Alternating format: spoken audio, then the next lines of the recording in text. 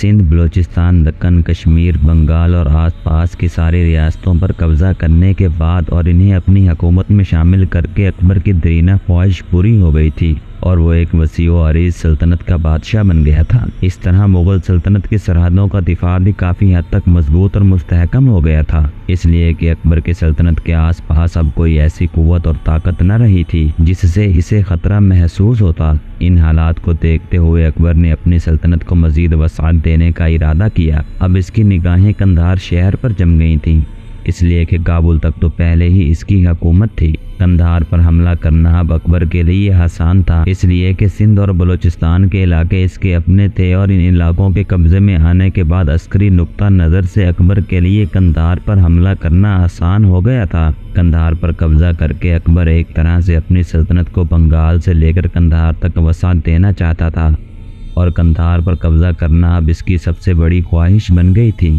قندھار اس وقت ایرانی سلطنت میں شامل تھا، لیکن قندھار پر ایرانی سلطنت کی گرفت مضبوط نہ تھی۔ علاوہ ازیں ایران کے ساتھ خوشگوار تعلقات ہونے کے باعث اکبر یہ بھی نہ چاہتا تھا کہ قندھار پر قبضہ کرنے کے باعث ایران سے تعلقات میں کشیدگی پیدا کی جائے۔ اس بنا پر اکبر نے نہایت سیاست سے کام لیتے ہوئے پہلے سندھ اور بلوچستان پر قبضہ جمایا۔ اس کے بعد ایک بہت بڑے لشکر کے ساتھ اس نے قندھار پر حملہ کر دیا۔ جس وقت اکبر کے لشکر نے قندھار پر حملہ کیا، ایران کی طرف سے کسی قسم کی کوئی مزاحمت نہ ہوئی، اس لیے کہ ایران کا بادشاہ پہلے ہی اپنی حرکتوں سے ترکوں اور ازبکوں کو اپنا دشمن بنا چکا تھا اور ان کی وجہ سے پریشانی میں مبتلا تھا۔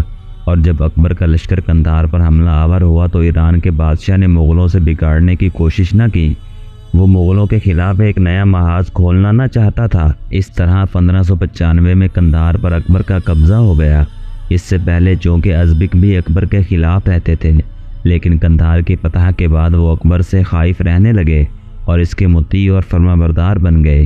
ایران کا بادشاہ ان دنوں عباس تھا، اس نے اکبر کے خلاف کوئی کارروائی نہ کی، لہٰذا اکبر نے قندھار پر اپنا قبضہ مستحکم کر لیا۔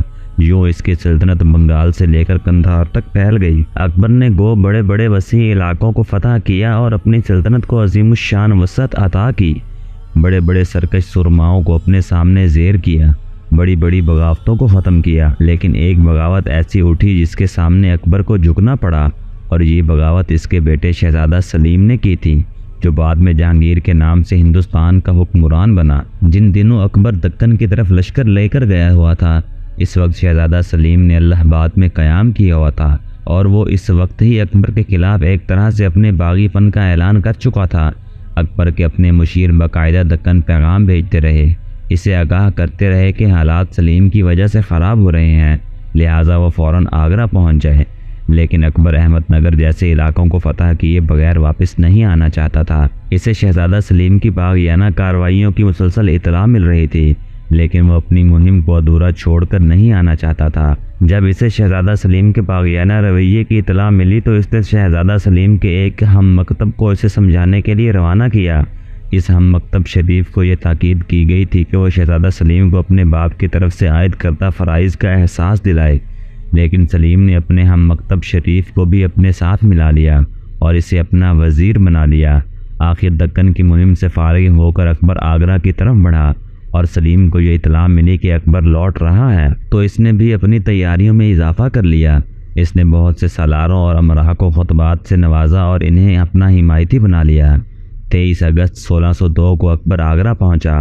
اس نے فوری طور پر سلیم سے مذاکرات کا آغاز کر دیا، لیکن شہزادہ سلیم کے مطالبات اتنے زیادہ اور اس نوعیت کے تھے کہ انہیں قبول کرنا اکبر کے بس میں نہ تھا۔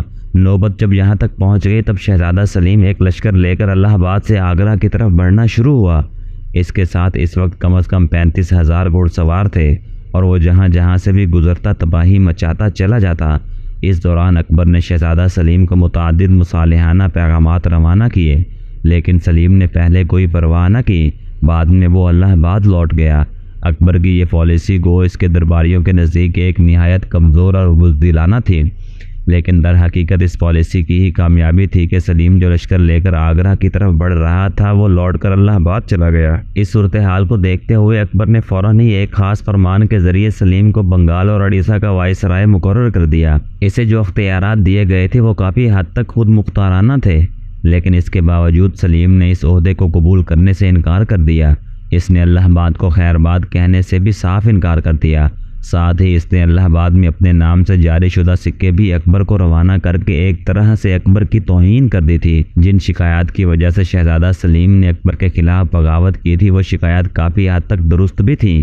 شہزادہ سلیم کو سب سے بڑا شکوہ یہ تھا کہ اسے چند درباریوں کے کہنے پر نااہل اور حکومت کی ذمہ داریاں سنبھالنے کے ناقابل سمجھا گیا۔ اس لیے ان دنوں اکبر کے مشیر اسے مشورہ دے رہے تھے کہ سلیم کی جگہ کسی متبادل شخص کو سلطنت کی ذمہ داریاں سونپی جانی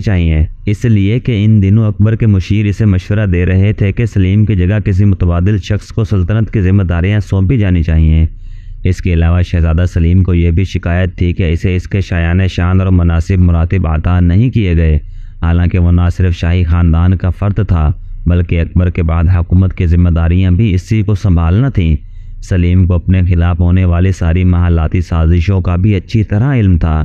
بعض امراء چاہتے تھے کہ اکبر کے بعد سلیم کی جگہ ایسا شخص تخت نشین ہو جو ان کا اعلیٰ کار بنا رہے۔ وہ یہ چاہتے تھے کہ تمام طاقت اور اختیارات ان کے اپنے ہاتھ میں رہیں۔ ان تمام سازشوں میں راجہ مان سنگھ پیش تھا۔ دوسری طرف شہزادہ سلیم کو بھی ہر لمحہ ان سازشوں کا علم ہوتا رہتا تھا، لہٰذا وہ اپنی خود مختاری اور مستقبل کو سنوارنے کے لیے کوشاں رہنے لگا۔ اسے اکبر سے یہ بھی شکایت تھی کہ اس نے کسی بھی لمحہ اپنے بیٹے کے مستقبل کے بارے میں ہمدردی سے غور نہیں کیا، بلکہ اس کے قریبی امراء نے اسے جو بھی مشورہ دیا اس پر بلا تعطل عمل کرتا رہا۔ ان تمام حالات سے مجبور ہو کر شہزادہ سلیم نے اپنے باپ کے خلاف بغاوت بلند کرنے کی ٹھان لی تھی۔